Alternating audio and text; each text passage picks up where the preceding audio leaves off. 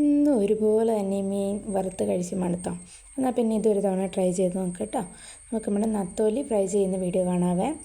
അപ്പം കുറച്ച് നത്തോലി കഴുകി വൃത്തിയാക്കി വെച്ച നത്തോലിയിലേക്ക് നമ്മുടെ ഇഞ്ചിയും വെളുത്തുള്ളിയും കുറച്ച് കറിവേപ്പിലയും കുരുമുളക് പൊടിയും മുളക് പൊടി മഞ്ഞൾപ്പൊടി ഇത്രയും മിക്സിയിലിട്ടിട്ടൊന്ന് അരച്ച് വെച്ചിട്ടുള്ള മിക്സാണ് കേട്ടോ ഇത്.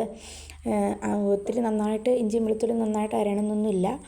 അപ്പം അതൊന്ന് കുറച്ച് തുള്ളി വെള്ളം കൂടി ചേർത്തിട്ട് മിക്സിയിലിട്ട് അരച്ച് വെച്ചിട്ടുള്ള മിക്സാണ്. അത് ഇതിനകത്തേക്ക് ഇടണം.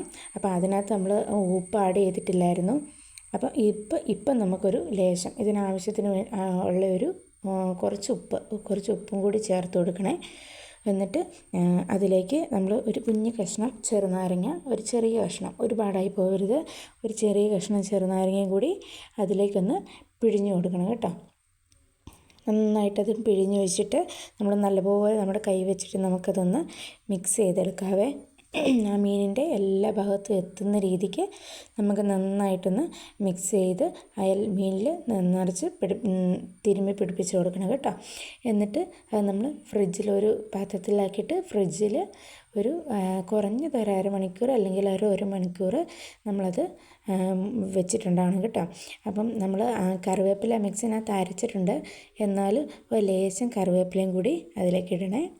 എന്നിട്ട് ഒരു ചട്ടി വെച്ച് അതിൽ എണ്ണ ഒഴിച്ച് ഒരു കുറച്ച് കറിവേപ്പിലയും കൂടി ഇട്ട് ഈ മീൻ നമുക്ക് നന്നായിട്ടൊന്ന് വറുത്ത് കോരിയെടുക്കണം കേട്ടോ.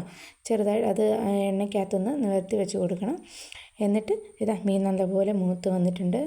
അപ്പോൾ നമ്മുടെ നത്തോലി ഫ്രൈ ഇവിടെ റെഡി ആയിട്ടുണ്ട് കേട്ടോ.